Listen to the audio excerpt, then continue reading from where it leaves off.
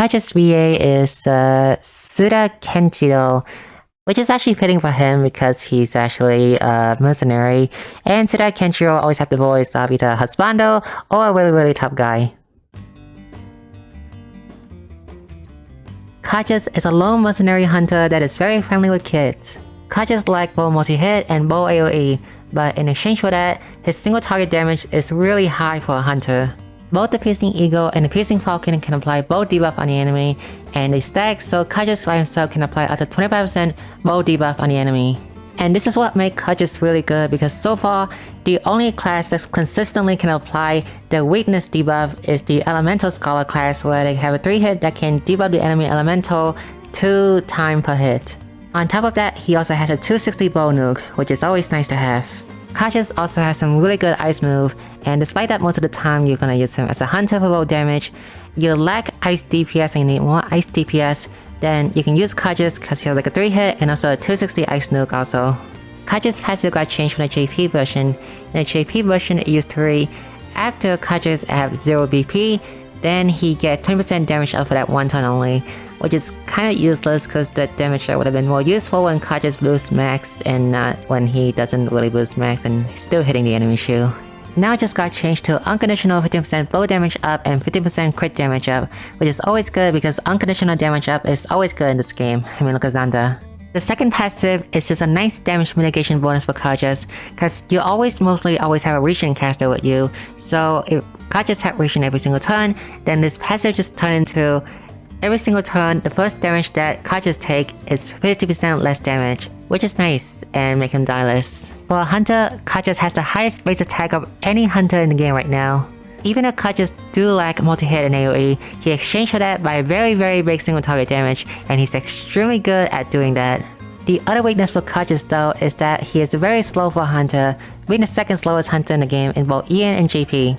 It's a bit inconvenient though because if CotC's is usually the last hunter to act, then the other bow user who go first before him won't get the damage bonus from the bow debuff and had to wait for next turn until CotC's bow debuff actually apply.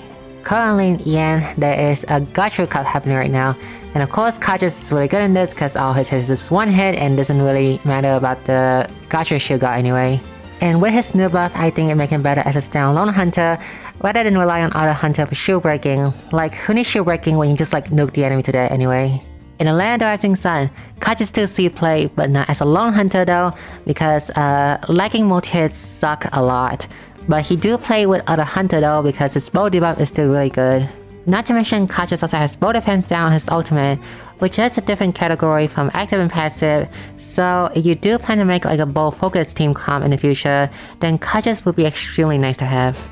Also very recently, CotC also took on the role as a tank because of his passive and because of Mooloo EX, because Mooloo EX can grant barrier health or over health to one of your ally, which is like health stacked on top of it already your unit health. Barrier health take damage first, and this works with CotC's passive because CotC is still at full health on top of barrier health, so he always take 50% damage less no matter how many times he hit, as long as he has barrier health and as long as his normal health is full. Although it's a bit complicated setup though since you need a character to give him taunt and Mooloo EX and CotC, but you do pull this off and the enemy doesn't really use AoE that much, then you pretty much have an unkillable tank. If you're curious about CotC's damage output when compared with other hunter in the game like Xanta, then CotC should be the strongest nuker right now in EN thanks to his bow defense down and his passive buff. But even though CotC has a higher nuke damage output than Xanta, I still think Xanta is the better DPS, mainly because Xanta has a 5-hit multi-hit on the nuke, and I think that's better than CotC who has no multi-hit at all. You can think of it this way, Xanta can break the enemy shield faster, so he has more chance to attack the enemy and break, which means more damage for him, while CotC have less opportunity, so despite that his nuking output might be higher than Xanta, I still think Xanta is the better DPS here. CotC is an okay unit on its own, but the more hunter you have in your team, the stronger CotC become.